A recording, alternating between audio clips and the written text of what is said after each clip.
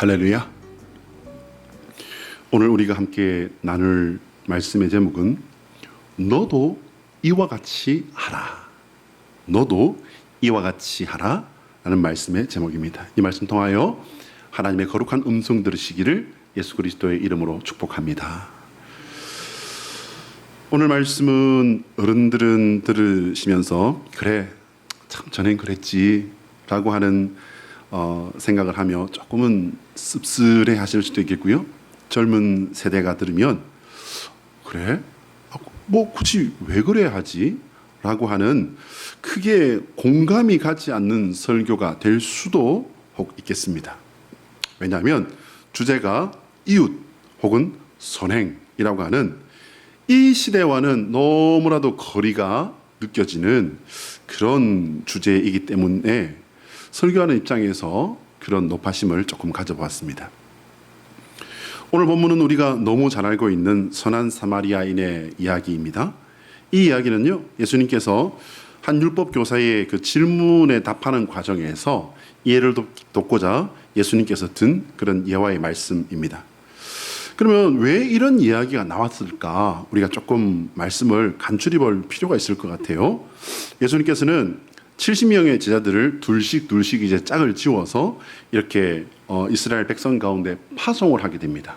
그 파송을 통해서 제자들이 이제 전도 사역을 보고를 하게 되는데 귀신의 권세가 묶임을 받고 사람들에게서 하나님의 놀라운 능력이 나타난 이 선교 보고를 받으면서 예수님께서도 하나님께 영광을 올려드립니다. 또한 이 제자들도 기뻐서 이렇게 오랜만에 선생님의 칭찬을 받는 그런 상황이 이제 벌어지고 있는 그런 자리에서 여러분, 인간 세상에 동서고금을 막론하고 만고불변의 진리가 있죠.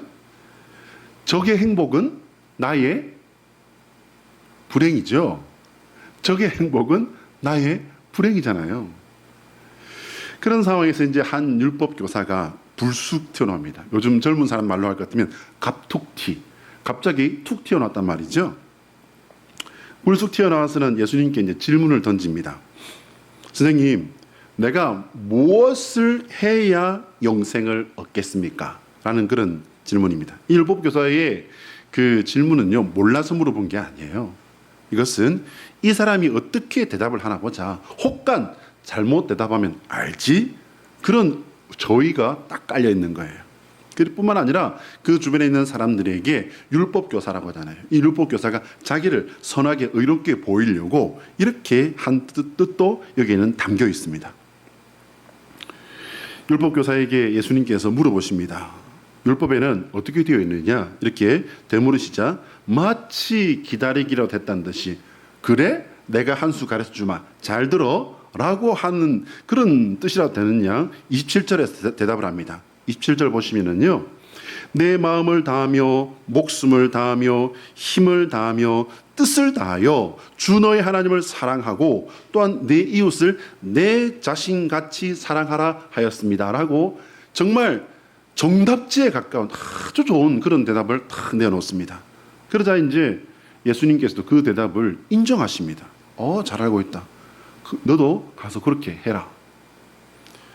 이 율법교사의 대답은요, 구약의 두 군데 너무나도 중요한 여호와 하나님의 명령을 딱 이렇게 정확하게 조합해서 이렇게 대답을 내놓은 거예요. 신명기 6장 5절과 레위기 19장 18절의 말씀이에요. 제가 읽어드릴게요.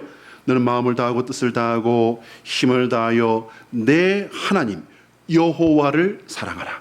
레위기 19장 18절에는요, 원수를 갚지 말며 동포를 원망하지 말며 내 이웃 사랑하기를 내 자신과 같이 사랑하라. 나는 여호와니라. 여러분, 이 무서운 말씀이죠. 나는 여호와니라. 이렇게 말씀한 내가 누군 줄 아니?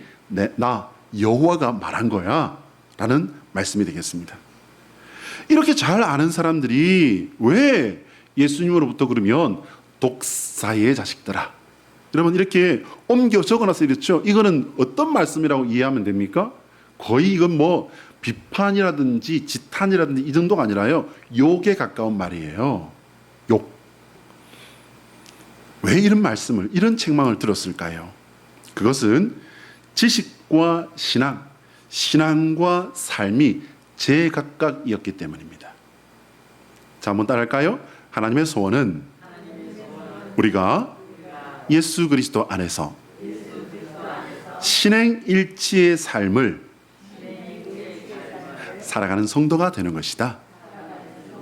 자, 시작. 하나님의 소원은 우리가 예수 그리스도 안에서 신행일치의 삶을 살아가는 성도가 되는 것이다. 할렐루야. 신행일치가 뭘까요? 믿음과 행동, 믿음과 삶이 일치하는, 그러니까 같은 그런 삶이란 말이죠. 언행일치라는 말에 이제 조금 변형된 그런 단어가 되겠습니다.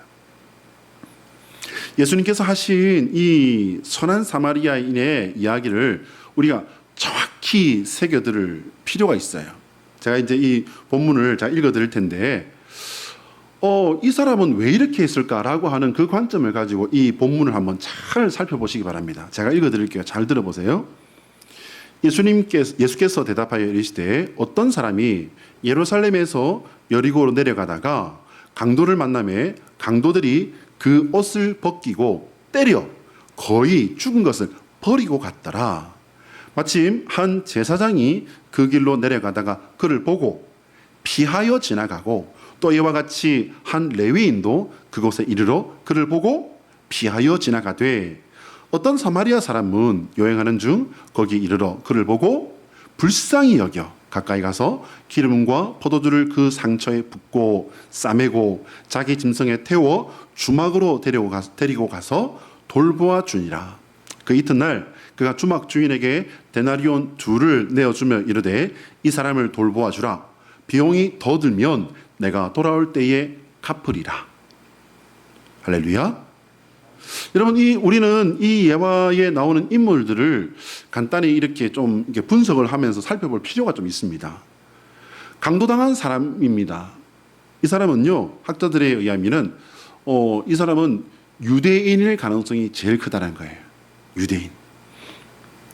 이 사람은 유대인일 가능성이 제일 큰데 예루살렘에서 여리고로 내려간다라고 하는 그런 내려간다라고 하는 말이 이렇게 적혀 있지 않습니까? 이건 지형적인 것에 대해서 정확하게 묘사를 한 겁니다.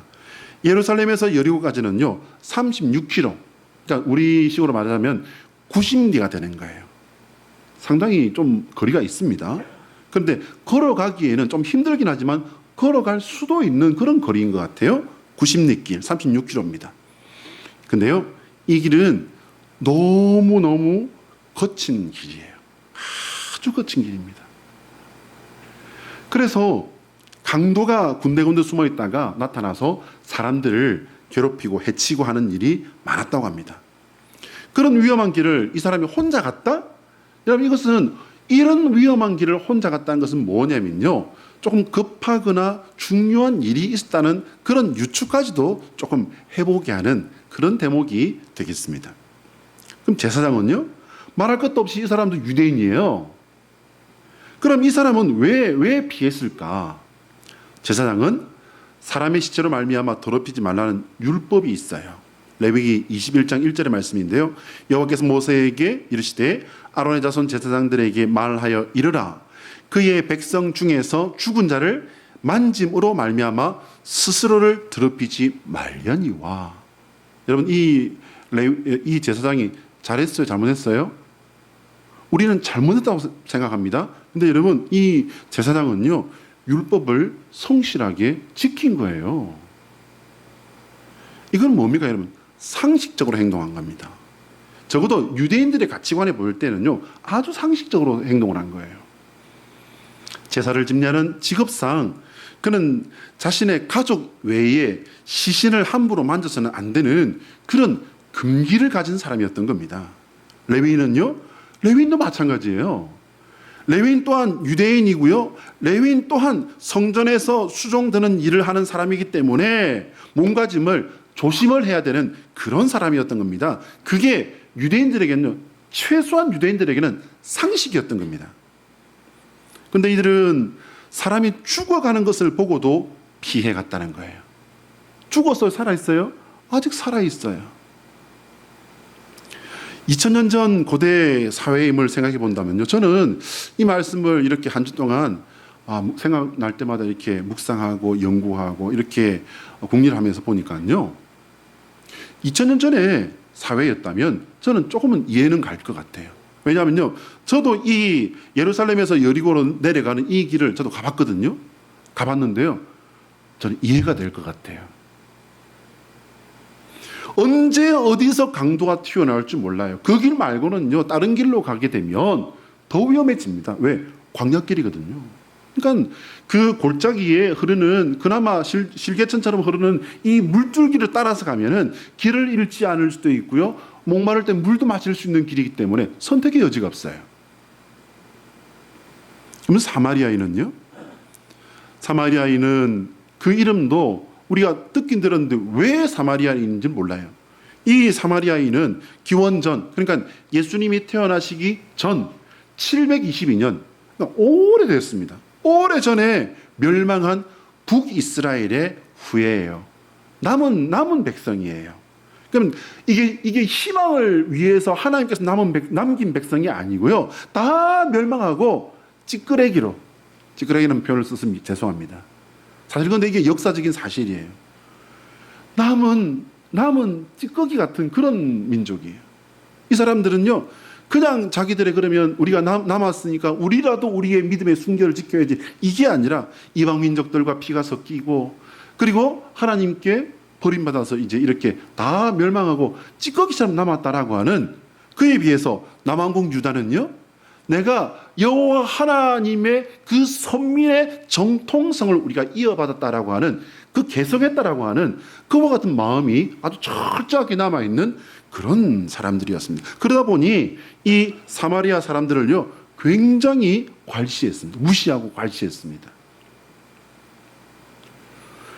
남왕국 유다 사람들이 아브라함의 정통성을 계승했다라고 이렇게 믿었기 때문에 이방인들과 혼혈이 되어버린 북왕국 이스라엘 사람들은 멸시받았던 겁니다. 그런데 사마리아 사람은요, 죽어가는 이 사람, 누가 딱 보더라도 벌써 이 사람은 이 위치상 유대인일 가능성이 커요. 유대인은 평소에 자기를 무시했던 거예요. 이렇게 보시면요, 이 사람은 꽤 능력 있는 사람입니다. 그럼에도 불구하고 무시를 당해서 기분 좋겠어요, 안 좋겠어요? 유대인이 이쁘겠습니까? 믿겠습니까? 이쁠 리가 만무하잖아요. 그런데 이 죽어가는 사람을 보면서 가장 먼저 느낀 이 사마리아인의 마음이 어땠다는 겁니까? 불쌍히 여겨라는 겁니다. 긍휼히 여겼다는 겁니다.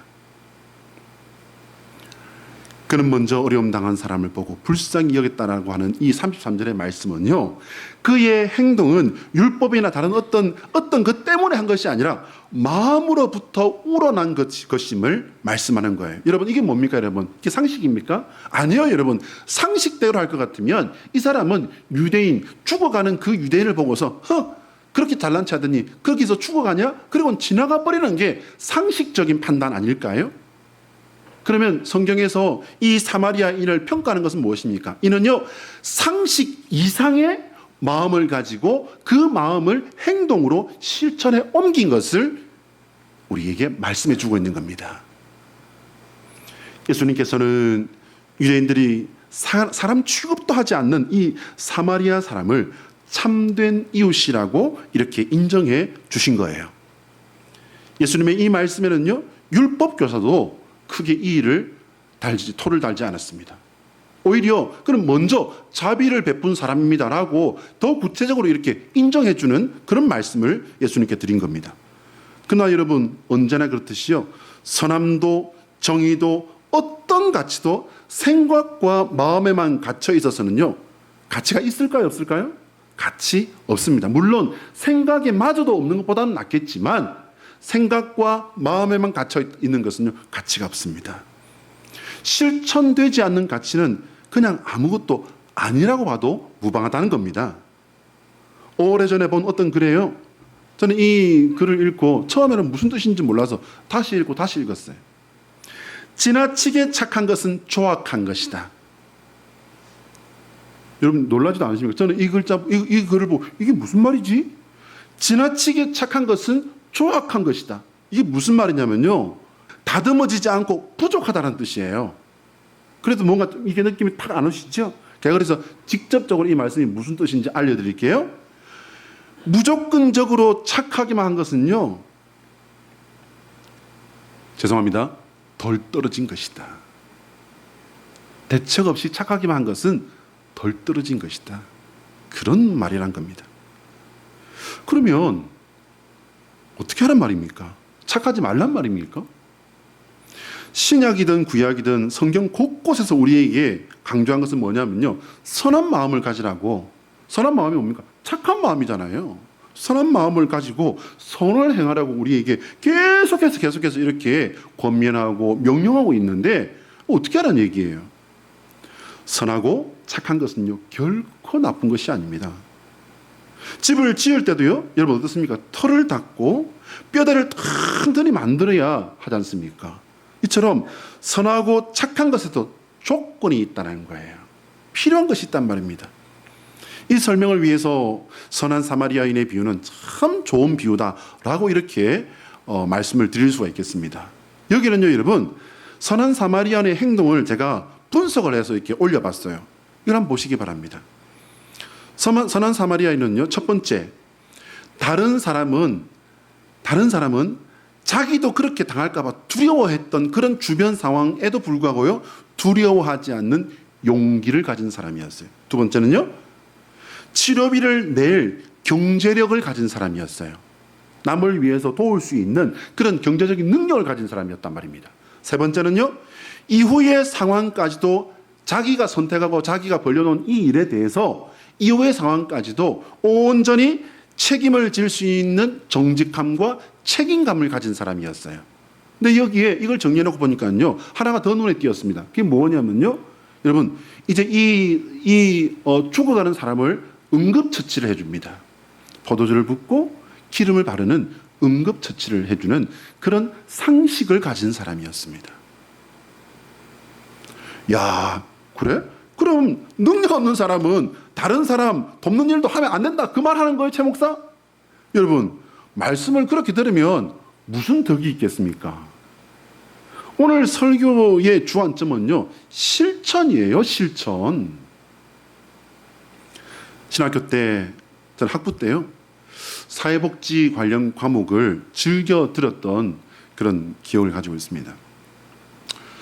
어느 학기에 제가 봄학기로 기억하는데, 우리가 이 과목을 들으면서 공부만 하는 게 아니라 우리가 이 십시일반 모아서 우리 학교 내에 어려운 학우들에게 점심을 제공하는 그걸 한번 해보자, 이렇게 해서 교수님이 제의하고 그 과목을 이제 수강하는 사람들이 그렇게 조금씩 십시일반 모아서 이렇게 했던 그런 프로그램을 한번 했던 적이 있었습니다. 그러니까 배워놓기만 하는 것이 아니라 아주 작은 것, 사소한 것이라도 우리가 실천하는 것을 한번 해보자, 그게 취지였습니다. 저도 그 프로그램에 참여하고 싶었지만요, 사실 제 점심 식사도 빠듯하게 해결하는 그런 처지였기 때문에 어떻게 그게 전달할 수 있는 그런 여유가 제게는 없었어요. 그래서 궁리하다가 이렇게 해보자. 한 학기 동안 점심을 금식을 하고 그 식권을 내가 모아가지고 이 프로그램에 내가 참여를 해보자. 그리고는 이제 점심 금식을 하면서 점심 때마다 이제 다른 사람들, 이제 다른 전도사님들은 식사로 가는데 저는 학교 뒷동산으로 올라갔어요. 뒷동산으로 올라가서 그래서 이제 기도했습니다. 생각보다 좋더라고요. 기도하는데 금식을 하면서 지금은 금식하면은 여러분 저는 이제 하나님 나라 가겠습니다 하는 그런 선포가 되지만은 그냥 죄송합니다. 어쩌다 이렇게 되는지 모르겠어요.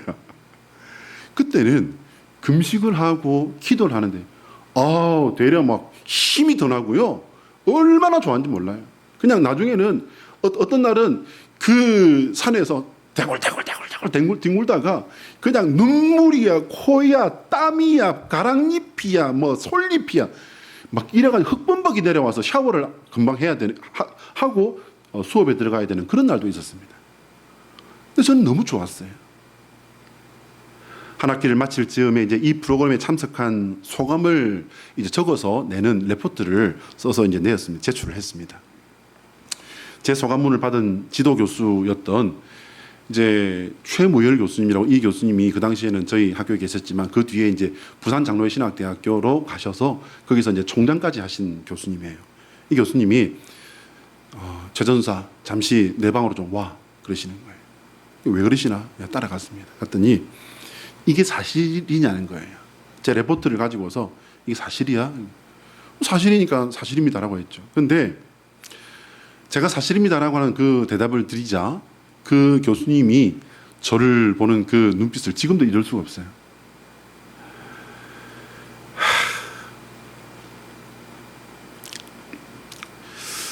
그리고 이제 그때 제가 냈던 그 식권을 돌려주시더라고요. 그 눈빛은 그 말씀을 차마 젊은 전도사에게 하지 못했을 뿐이지 그렇게 말씀하시는 것 같았습니다. 남을 도와도 내 앞가림부터 하고 남을 도와라. 내 밥을 뺏어 먹는 게 되는 그 사람이 이렇게 준 밥이 넘어가겠니? 그렇게 말씀하시는 것 같았어요. 남을 도울 자비로운 마음을 가지고 실천을 하는 것 너무 중요합니다. 그러나 그 사람들을 제대로 도울 수 있는 능력을 이왕이면은 그 능력을 갖추고 더 크게 더 많은 사람들에게 그리고 더 오랫동안 도와줄 수 있는 사람이 된다면 하나님도 좋고 그리고 그 도움을 받는 사람도 좋고 도와주는 나에게도 더 지속적이고 더 풍성한 윈윈, 서로 윈윈하는 그런 풍성한 열매가 있지 않겠냐라는 가르침을 그때 교수님은 저에게 주셨던 것이라고 저는 지금까지도 가슴에 그렇게 새기고 있습니다. 자, 한번 따라할까요? 예수 그리스도의 십자가는 하나님의 사랑과 능력의 실천이다. 자, 시작. 예수 그리스도의 십자가는 하나님의 사랑과 능력의 실천이다. 할렐루야. 알고만 있는 것이 아니라 믿고만 있는 것이 아니라 이것을 예수님께서 주시는 그 능력으로 실천하는 데까지 이르시는 저와 여러분의 믿음 되시기를 축복합니다. 야고보서 2장 14절부터 17절까지 말씀을 제가 읽어드릴게요. 앞에 잘 보세요. 내 형제들아, 만일 사람이 믿음이 있노라 하고 행함이 없으면 무슨 유익이 있으리요? 그 믿음이 능히 자기를 구원하겠느냐? 만일 형제나 자매가 헐벗고 일용할 양식이 없는데 너희 중에 누구든지 그에게 이르되 평안히 가라, 덥게 하라, 배부르게 하라 하며 그 몸에 쓸 것을 주지 아니하면 무슨 유익이 있으리요? 이와 같이 행함이 없는 믿음은 그 자체가 죽은 것이라. 할렐루야. 우리 속담에 아는 것이 병이라고 하는 그런 재미난 말이 있지 않습니까? 아는 게 병이래요. 이게 이제 사전에 보면 이렇게 되어 있습니다. 아무것도 모르면 차라리 마음이 편한데 무엇이나 좀 알고 있으면 걱정거리가 많아서 도리어 해로워질 수도 있다라는 그런 뜻이랍니다. 신앙인에게도 아는 게 병이 될 때가 있습니다. 그것은 알고도 실천하지 않는 믿음과 믿음의 지식이에요. 선을 행할 줄 알고도 행할 용기가 없다면 그것 또한 하나님 앞에서 우리가 책망받을 일입니다. 기도해야 함을 알면서도 기도하지 않는 것 또한 하나님께서 안타까워하시는 그런 일이겠죠. 당연합니다. 복음을 전함으로 구원의 길을 인도해야 할 사람을 보고도 지나친다면 이거 하나님께 책망받을 일입니다. 신앙생활 잘 하다가 믿음의 길을 잃고 지금 방황하고 있는 그 사람을 보고도 그 사람이 어떻게 해야 될지를 내가 뻔히 알면서도 차일피일하고 있다면 그것 또한 하나님 앞에 책망받을 일이 아닐까요? 젊은이는 자신에게 주어진 현재라는 시간을 기회로 삼고 절박한 마음으로 노력함으로 후일에 능력 있는 사람으로 살아갈 자신의 길을 닦아야 합니다. 그럼 나이 연만한 어른들은 어떻게 해야 되겠습니까? 내가 지금 선 자리에서 내 분수에 맞게 믿음만, 생각만, 마음만 갖고 있는 것이 아니라 이것을 내 이웃에게 실천하고 다가가서 예수님의 마음을 실천에 옮기는 것이 중요하다는 겁니다. 그게 믿음이라는 거죠. 어느 목사님이, 유명한 목사님이 말씀하셨어요. 공부해서 남주자. 이거 아주 유명했던 그런 때가 있었습니다. 그 말씀이 아주 유명해져서 교회를 다니지 않는 비신앙인들도 이 말에 감동을 받아서 능력 있는 사람이 되어서 세상에 유익을 끼치는 사람이 되자. 여러분, 이거 얼마나 좋은 말입니까? 이렇게 말하며 적극적인 삶을 다짐하는 그런 구호로 삼았던 때가 있었습니다. 하지만 그들은요, 가장 중요한 것을 빼먹고 있었기 때문에 그렇게 남주는 삶이 된다 할지라도 자기 만족 이상도 이하도 아닌 거기에만 머무르게 되는 그런 사실은 그들은 깨닫지 못합니다. 무슨 말이냐면요, 하나님의 영광을 위해 우리가 선한 이웃이 되고 그 선한 이웃이 되기 위해 신앙의 젊은이들이 공부를 할 때 그 열매로 나도 영광스럽게 되고 하나님의 높임 받으시며 그들에게도 선한 하나님의 복이 흘러가게 된다는 이 윈윈, 모두가 다 윈윈하는 이 선한 놀라운 파도의 은혜의 파도들을 세상 사람들은 말을 듣고 공감은 하지만 그 뜻은, 진짜 뜻은 모른다는 겁니다.